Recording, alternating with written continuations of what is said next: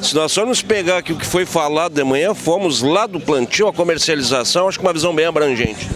Sem dúvida nenhuma, Alex Soares, eu acho que nós tivemos um dos bons painéis iniciais do programa Duas Safras, que já tem N edições por todo o estado do Rio Grande do Sul, e aqui na terra de Camaquã, nesta importante região agrícola do estado do Rio Grande do Sul, que tem como carro-chefe a lavoura de arroz, se trouxe discussão e oportunidade do produtor pensar noutras atividades, a exemplo do milho e a exemplo do trigo. E evidentemente ainda coroado por um assunto que não é muito comum a nós, a não ser no prato, que é o frango, onde o José Eduardo das Gave deu uma demonstração da grande importância deste mercado do frango para o Brasil, para o mundo e para a economia gaúcha. Presidente, esse é o primeiro ano já que a gente completa com esse programa do Safras, começou lá no ano passado, né?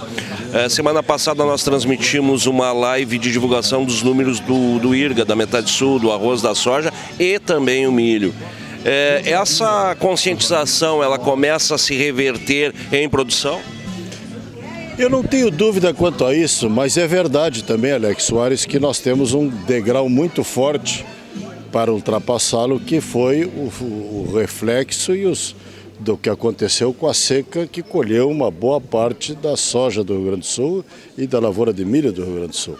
E isso aí trouxe uma descapitalização para o produtor rural, e não só para o produtor rural, como também para o sistema como um todo, porque ao produtor, ao não conseguir pagar as suas contas, os seus financiamentos, ele traz uma fragilidade. E evidentemente que tem muito produtor, e eu estou vendo isso aí pelo estado afora, que está com dificuldades financeiras para se lançar nesta próxima safra, porque foi a tempestade perfeita. Olha bem, nós plantamos com custo elevado, colhemos a safra já com um derretimento de preços em quase todos os produtos e ainda uma colheita ruim, a não ser pequenas regiões, e esta região foi muito privilegiada. Toda a região do litoral do Rio Grande do Sul colheu razoavelmente bem, porque tiveram chuvas mais regulares, mas isso não aconteceu, por exemplo, na região das Missões, em outras regiões do estado do Rio Grande do Sul. Então, realmente, nós vamos ter essa dificuldade, que ainda não está equacionada.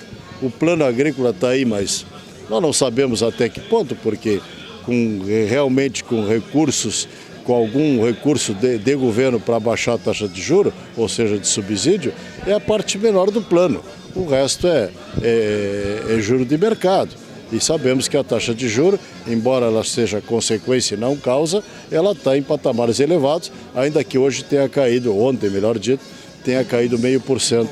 A Selic de 3,75 para 13,25, que já é alguma sinalização mais positiva.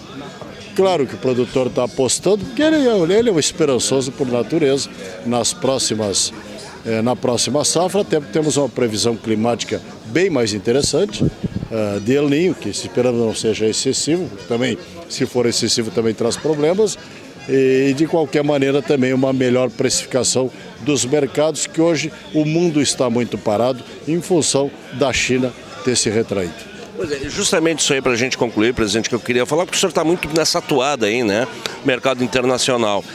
Vi aí umas projeções esta semana de que países emergentes tendem a crescer em função até da, digamos assim, não manutenção dessa força que é a China nos próximos anos. Aí tem a Índia, tem o México, não tem o Brasil.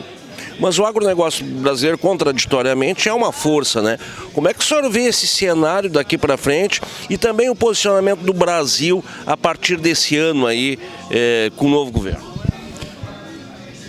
O agronegócio brasileiro, o Brasil é uma potência agrícola mundial, sem dúvida nenhuma. E este governo que aí chegou, talvez tivesse desconhecimento logo no início do tamanho e do poder do agronegócio hoje.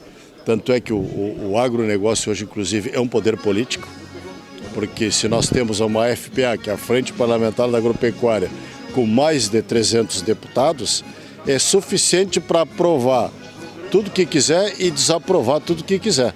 Embora sozinho não seja suficiente, mas em projetos de lei é. E o governo sentiu muito bem, nesses 7 meses já de governo. Das próprias votações, né? Exatamente, já sentiu o poder daquilo que se chama a Frente Parlamentar da Agropecuária e que também tem mais a parte centrão, né, muito bem capitaneada pelo deputado Arthur Lira. Então, o agronegócio brasileiro já está demonstrando que tem força política.